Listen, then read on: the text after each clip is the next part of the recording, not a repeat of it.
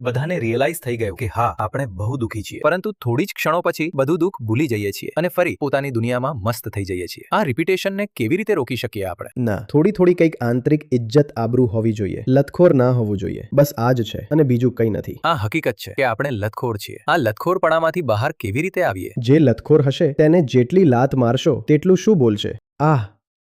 હજુ મારો. આજ કહેશે ને, શું તમારી સાથે એવું છે? આવો પ્રયોગ કરીએ.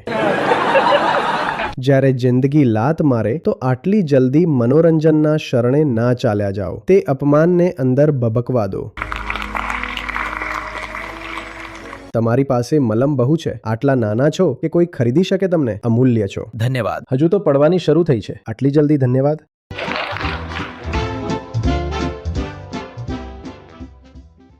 પ્રણામ આચાર્યજી.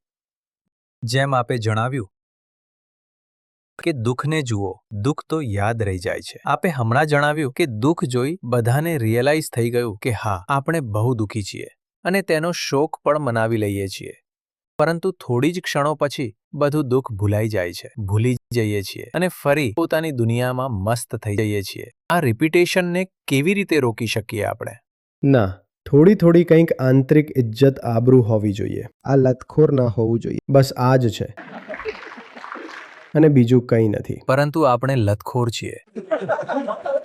આ હકીકત છે કે આપણે લતખોર છીએ. આ લતખોરપણામાંથી બહાર કેવી રીતે આવીએ? હું તમને પ્રમાણિત કરવા માંગુ છું કે તમે સચ્ચિદાનંદ છો. તમે લતખોર નથી. અને હું પ્રમાણિત કરીને બતાવી દઈશ. કહું કેવી રીતે? તમે જો લતખોર હોત તો લાત ખાવાની પણ તમારામાં અનંત ક્ષમતા હોત. તમને એટલી લાતો પડવી જોઈએ કે તમને દેખાઈ જાય કે તમે લતખોર નથી.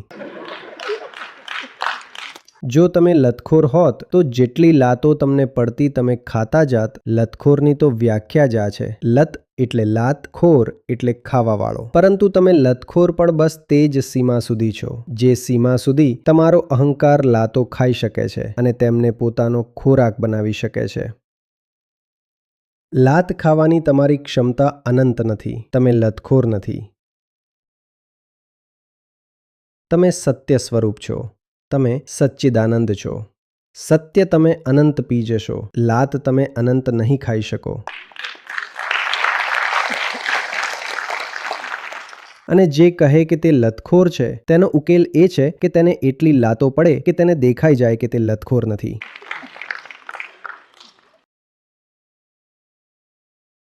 જે લતખોર હશે તેને જેટલી લાત મારશો તેટલું શું બોલશે? હજુ મારો. આજ કહેશે ને, શું તમારી સાથે એવું છે? આવો પ્રયોગ કરીએ. તે 8 લોકો છે જેમને પોતાના દુઃખમાંથી મુક્તિ જોઈએ અને તેઓ બહુ અત્યારે વિદ્રોહી થઈને ગયા છે. તેમને પણ કોઈ જોઈએ લગાવવા માટે. એવું લાગે છે આચાર્યજી કે જ્યારે લાત પડે છે તે સમય સુધી તો અનુભવ થાય છે, પછી આવીને કોઈ શાંત કરી જાય છે. હા, આ જ છે. એટલા માટે જ જાતે જ સમાધાન જણાવી દીધું. તો લાત જ્યારે પડે છે ત્યારબાદ કોઈ આવીને મલમ લગાવી જાય છે. ઠીક? યસ. એટલે કે અનંત લાત તમને ક્યારેય પડતી જ નથી. આ જ સમસ્યા છે. લાતની ના ના પાડો, મલમની ના પાડો. તે ઘાને રૂજવા ના દો, જખમને વહેવા દો. આટલી જલ્દી મલમ ના લાગવા દો. જ્યારે જિંદગી લાત મારે તો આટલી જલ્દી મનોરંજનના શરણે ના ચાલ્યા જાઓ. તે અપમાનને અંદર ભપકવા દો, બળવા દો પોતાના આત્મસન્માનને.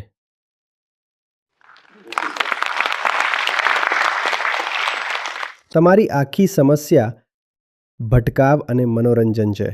તમારી પાસે મલમ બહુ હાજર છે. તમારી પાસે સચ્ચાઈથી છુપાવાના રસ્તા બહુ હાજર છે. બોસ તરફથી લાત પડે છે. ઘરે આવીને બીવીના આંચલમાં ઘૂસી જાઓ છો. ભૂલી ગયા કે આજે કેટલું અપમાન થયું હતું. આખું અઠવાડિયું ક્લાયન્ટથી દગો ખાધો, ગાળ ખાધી, વીકેન્ડ પર જઈને શોપિંગ કરી લીધી, મૂવી જોઈ લીધી. આખું વર્ષ બરબાદ હતું. બોલ્યા ન્યૂ યર પર ચાલ્યા જઈએ છીએ, ફોરેન વેકેશન કરી આવીશું. તમારી પાસે મલમ બહુ છે. પોતાની દુર્દશા જોઈ સ્ક્રોલિંગ કર્યું. પોતાનાથી પણ ખરાબ હાલત કોઈની જોઈ લીધી. મલમ લાગી ગયો. મલમ ના લાગવા દો. મલમ ના લાગવા દો. તમને દેખાઈ જશે તમે લતખોર નથી.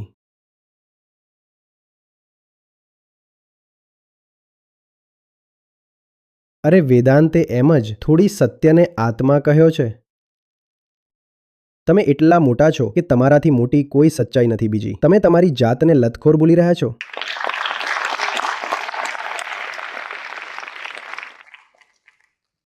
તમને વિરાટ પણ નથી કહેવામાં આવ્યા, તમને અનંત કહેવામાં આવ્યા છે. તમે પોતાની લતખોર અદ્વૈત છો. તમને લાત મારવાવાળો પણ કોઈ બીજો ના હોઈ શકે. જો તમને લાત પડી છે તો તે તમે સ્વયંને જ મારી હશે. લતખોર કેવી રીતે થઈ ગયા? બસ જે આગ ઉઠી રહી હોય છે ને તે આગને તમે દબાવી દો છો સુવિધાઓ નીચે. બહુ પ્યારું વક્તવ્ય છે દુમિલનું. સાહિત્યકારોમાં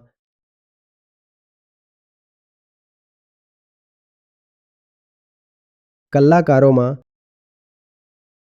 જે હાલના દાયકાઓમાં આદરણીય થયા છે તેમાં મારા માટે તેઓ અગ્રણી છે. કહે છે એવું નથી કે હું ઠંડો માણસ છું. એવું નથી કે હું ઠંડો માણસ છું. મારી અંદર પણ આગ છે.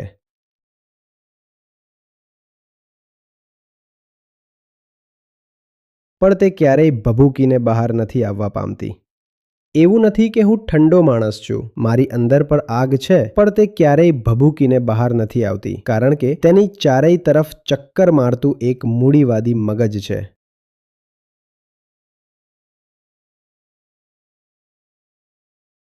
તમને આગ લાગે છે અંદરથી, પણ ક્યારેક પૈસાની લાલચ, ક્યારેક સુવિધાની લાલચ તમને રોકી દે છે. તમે પોતે જ પોતાની આગ પર પાણી નાખી દો છો.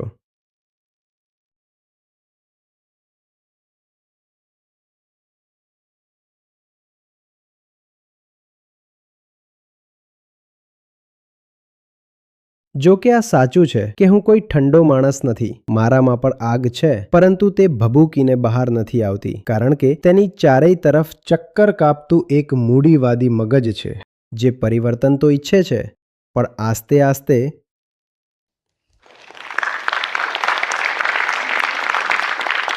કેવું પરિવર્તન ઈચ્છે છે આપણું આ સુવિધાગ્રસ્ત મગજ? જે પરિવર્તન તો ઈચ્છે છે પણ આસ્તે આસ્તે, કંઈક એ રીતે કે વસ્તુઓની શાલીનતા જળવાઈ રહે. ઇજ્જત દુનિયાની સામે બે ઇજ્જત ના થઈ જાય. વિદ્રોહ કરીએ તો ક્યાંય નાગા ના થઈ જઈએ. નાગા થવાથી ડરો નહીં. 100 વાર બોલ્યો છું. બેશરમ થઈ જાઓ. બેશરમ હોવું બહુ જરૂરી છે.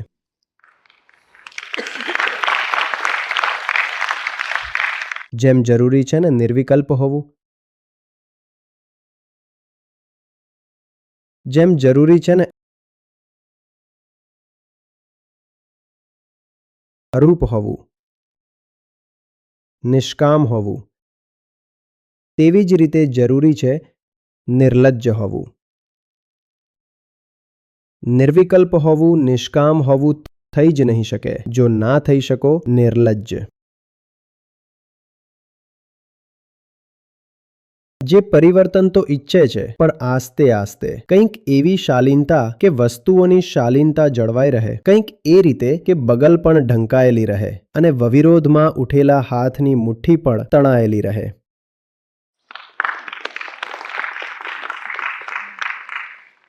અને આ જ કારણ છે કે વાત ફેલાવાની હદ સુધી આવતા આવતા રોકાઈ જાય છે, કારણ કે દરેક વાર અત્યારે થપ્પડ પડવા દો ગાલ પર, કારણ કે દરેક વાર ક્ષુલ્લક ટુચ્ચી સુવિધાઓની લાલચ સામે અભિયોગની ભાષા ખૂટી જાય છે. તમે લાત ખાતા નથી, તમે તમારા પાછળના ભાગનો સોદો કરો છો. તમે કહો છો પૈસા આપશો ને, આવો મારો, અને પછી કહો છો હું તો લતખોર છું. તમે લતખોર નથી, તમે લાત ખાવાનો સોદો કર્યો છે. કેમ સોદો કરી રહ્યા છો? કેમ વેચાવું બની બેઠા છો?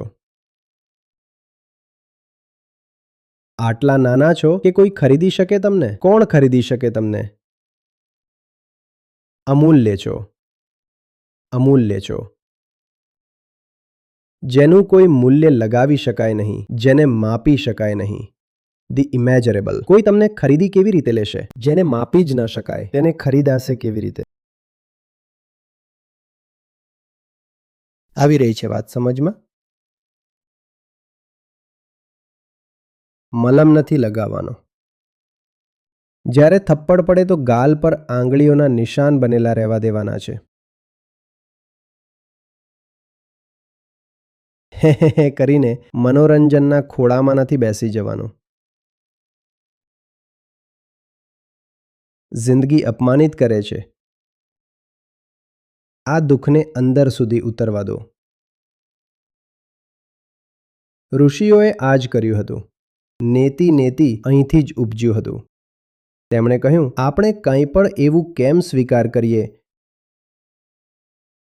જે આપણને અપમાનિત કરે છે, જે આપણને દગો આપે છે, જે કંઈ પણ નિત્ય નથી, આપણે તેને સત્ય માનવાનો ઇનકાર કરીએ છીએ. અહીંથી આવ્યા હતા ઉપનિષદ. નિત્ય નથી તો સત્ય નથી. જે કંઈ પણ આવીને ભરોસો આપીને, વચન આપીને પાછળ હટી જાય છે, ગાયબ થઈ જાય છે, આપણે તેને ઠોકર મારીશું. આપણે કોઈનાથી દગો ખાવા રાજી નથી. તમે લાત ખાવા રાજી થઈ ગયા? અને યાદ રાખજો, ક્યારેય પણ કોઈ દગો નથી આપતું, બસ વાદાઓ દગો આપે છે. ક્યારેય તમે લાત ખાતા નથી, ભૂલતા નહીં, પાછળનો ભાગ વેચો છો. વચન આપે છે કોઈ કે લાત ખાઈ લો, બદલામાં સુવિધાઓ આપી દઈશું. ખાઓ લાત, બદલામાં પૈસા આપી દઈશું, ઇજ્જત આપી દઈશું. આ બધા સોદાને ઠોકર મારી દો. બિલકુલ બેશરમ થઈ જાઓ. નથી જોઈતી તમારી ઇજ્જત, નથી જોઈતી. અમે અપમાનિત છીએ. આપણે બે ઇજ્જત છીએ. આપણે નિર્લજ્જ છીએ. કોઈ આવીને બોલે, બહુ બેશરમ છો. હા છું, શાનથી બેશરમ છું. હા, બહુ બેશરમ છો તો. ધન્યવાદ. હજુ તો પડવાની શરૂ થઈ છે. આટલી જલ્દી ધન્યવાદ? અને પોતાની જાતને લતખોર બોલી રહ્યા હતા તમે? તમે લતખોર હોત તો કહેત, આચાર્યજી બહુ આનંદ આવી રહ્યો છે, હજુ લગાવો. પરંતુ તમે વચ્ચે જ મને રોકીને બોલ્યા, ધન્યવાદ. આનાથી જ શું પ્રમાણિત થયું? તમે લતખોર નથી. તમે સચ્ચિદાનંદ ઘન બ્રહ્મ છો. બેસો.